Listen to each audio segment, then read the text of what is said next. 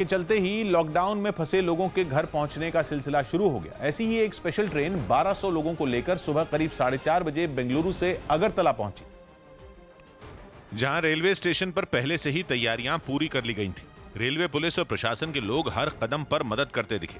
यात्री भी मुंह पर मास्क लगाकर सोशल डिस्टेंसिंग के नियमों का पालन करते हुए रेलवे स्टेशन से बाहर निकले। स्टेशन पर कुली के नहीं रहने से कुछ लोगों को दुश्वारियां भी हुई, क्योंकि उन्हें अपने भारी बैग खुद ही उठाने पड़े। रेलवे स्टेशन पर पहुंचे लोगों की मदद के लिए वहां कुछ स्टॉल भी लगाए गए थे। जो लोग स्टॉल पर पहुंचे उन्हें सैनिटाइजर और मास्क दिए गए। लोगों ने भी अपने इलाके में पहुंचकर राहत की सांस ली। लॉकडाउन हो गया तो मुश्किल में पड़ गया है, तो अभी आके थोड़ा अच्छा फीलिंग हो रहा है। सीएम सर ने हम लोगों के लिए बहुत बढ़िया काम किया है, थैंक्स। यात्री रेलवे स्टेशन से अपने घर कैसे पहुंचे, इसके लिए भी प्रशासन ने इंतजाम किए। कुछ इलाकों में बसों से तो कुछ इलाकों में छोटी गाड़ियों से लोगों को घर भेजा गया। 100% थर्मल स्क्रीनिंग हो रहा है। सारे जितने भी पैसेंजर्स हैं उनको 100% होम क्वारंटाइन किया जाएगा। कोरोना संकट से निपटने के लिए 20 लाख करोड़ के आर्थिक पैकेज और पीएम केयर्स फंड के इस्तेमाल पर भी कांग्रेस ने सवाल उठाए।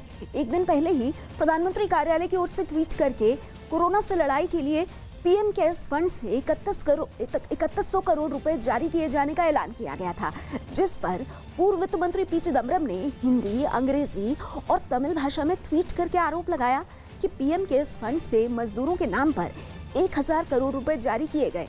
उसमें 1 रुपया भी किसी गरीब या मजदूर के हाथ नहीं आने वाला, क्योंकि ये पैसा मजदूरों की यात्रा, उनके इलाज और रहने खाने पर खर्च करने के लिए राज्यों को दिया गया है।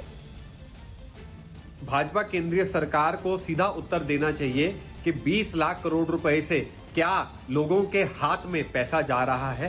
क्या गरीब मजदूर जो आज भी पलायन कर रहा है उसको पैसा देखने को मिलेगा?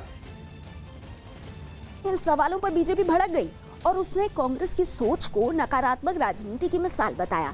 बीजेपी प्रवक्ता शाहनवाज हुसैन ने कांग्रेस को कोरोना पर राजनीति ना करने की नसीहत देते हुए तंज भी कसा। जैसी नजर होती है वैसा नजरिया होता है। कांग्रेस की नजर में हर चीज में उनको स्कैम दिखता है, क्योंकि कांग्रेस ने जिस तरह से अपने राज्य में जिस तरह फंडों को मैनेज किया उसको ऐसा ही लगता है। लॉकडाउन में हैदराबाद में 2 जंगली जानवरों के घुसाने से दहशत का माहौल बन गया। हैदराबाद के अलग अलग इलाकों में 2 तेंदुए देखे जाने का दावा किया गया। इनमें एक इलाके में तो खबर सही निकली, लेकिन दूसरे इलाके में वन विभाग ने बताया कि लोग जंगली बिल्ली को तेंदुआ समझ बैठे थे। लेकिन हैदराबाद के आराम घर इलाके में ऐसा नहीं था। वहां तेंदुए को देखा गया और उसने कई लोगों पर हमले की भी कोशिश की। घटना के जो वीडियो सामने आए उनमें एक वीडियो में तेंदुए को सड़क के बीचों बीच डिवाइडर के पास बैठे हुए देखा गया। पहली नजर में तो लगा कि वो सो रहा है, लेकिन जब पास से उसकी तस्वीर ली गई तो दिखा कि वो लोगों को घूर रहा था। जब वहां हंगामा हुआ, लोग शोर करने लगे, तो तेंदुए ने हमले की भी कोशिश की। डिवाइडर के पास से उठकर तेंदुआ कुछ देर के लिए फुटपाथ पर जाकर बैठ गया। लोग डरे हुए थे, इसलिए उन्होंने उसे भगाने की भी कोशिश की। इसे हुआ यह कि वन विभाग की टीम के आने से पहले तेंदुआ कहीं और जाकर छिप गया।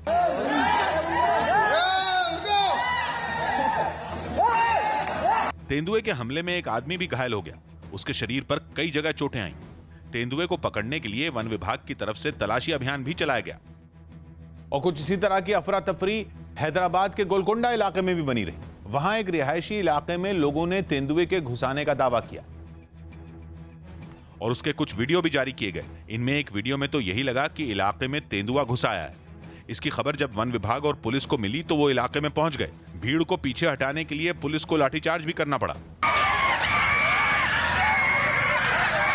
वन विभाग ने जब रेस्क्यू ऑपरेशन शुरू किया तो पता चला कि जिसे लोग तेंदुआ समझ रहे थे वो तेंदुआ नहीं, एक जंगली बिल्ली थी। इस जंगली बिल्ली को पकड़कर पिंजरे में डाल दिया गया। तो वायरल में क्या बता रहे हैं, पैंथर बोलते हैं, पैंथर नहीं होता है, वो जंगली बिल्ली है, तो उसके कोई चिंता नहीं करना है। हैदराबाद में लॉकडाउन के दौरान अलग अलग इलाकों में तेंदुए और जंगली बिल्ली के घुसाने से काफी देर तक डर का माहौल बना रहा। खबर है कि सीबीआई और ईडी की पहल पर जाकिर नाइक को जल्द भारत लाया जा सकता है। बताया जा रहा है कि जाकिर नाइक के प्रत्यर्पण की तैयारियां भी पूरी हो चुकी हैं और इसके लिए गृह मंत्रालय ने मलेशिया की सरकार को एक चिट्ठी लिखी है।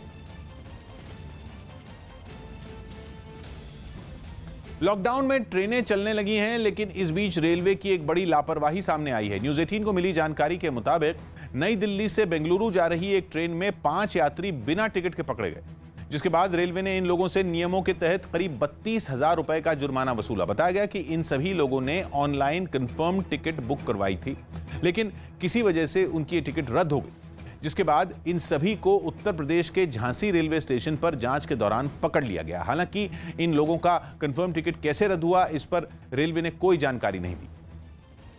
सैकड़ों किलोमीटर का पैदल सफर तय करके उत्तर प्रदेश के आगरा पहुंची एक महिला अपने बच्चे को ट्रॉली बैग की मदद से खींचने को मजबूर हो गई, जिसका एक वीडियो भी वायरल हो गया। लॉकडाउन में कोई गाड़ी नहीं मिलने के बाद ये महिला पंजाब से उत्तर प्रदेश के झांसी लौटने के लिए पैदल ही निकल पड़ी, लेकिन रास्ते में इस मजदूर का बच्चा चलते चलते इतना थक गया कि उसकी मां ने उसे ट्रॉली बैग पर लिटा लिया, जिसके बाद वो उस ट्रॉली बैग को खींचती हुई आगे बढ़ती रही।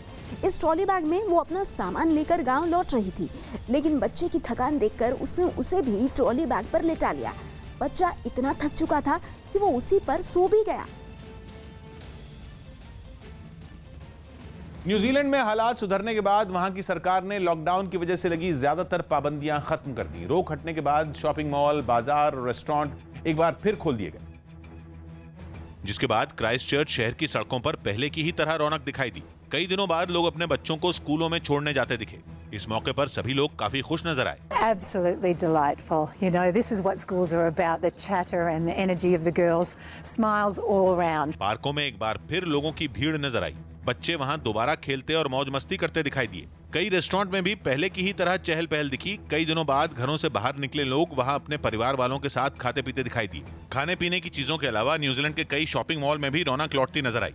हालांकि लोग अब भी सोशल डिस्टेंसिंग का पालन करते हुए अंदर जाकर खरीदारी करते दिखे। Feels great, you know, drink a good coffee and see everyone's faces again. Salon खुलने के बाद बाल कटवाने वालों की भी होड़ लग गई। सैलून की कुर्सियों पर बैठकर लोगों ने कई दिनों बाद अपने बाल कटवाए। इसके अलावा कुछ लोग तो बंजी जंपिंग का भी मजा लेते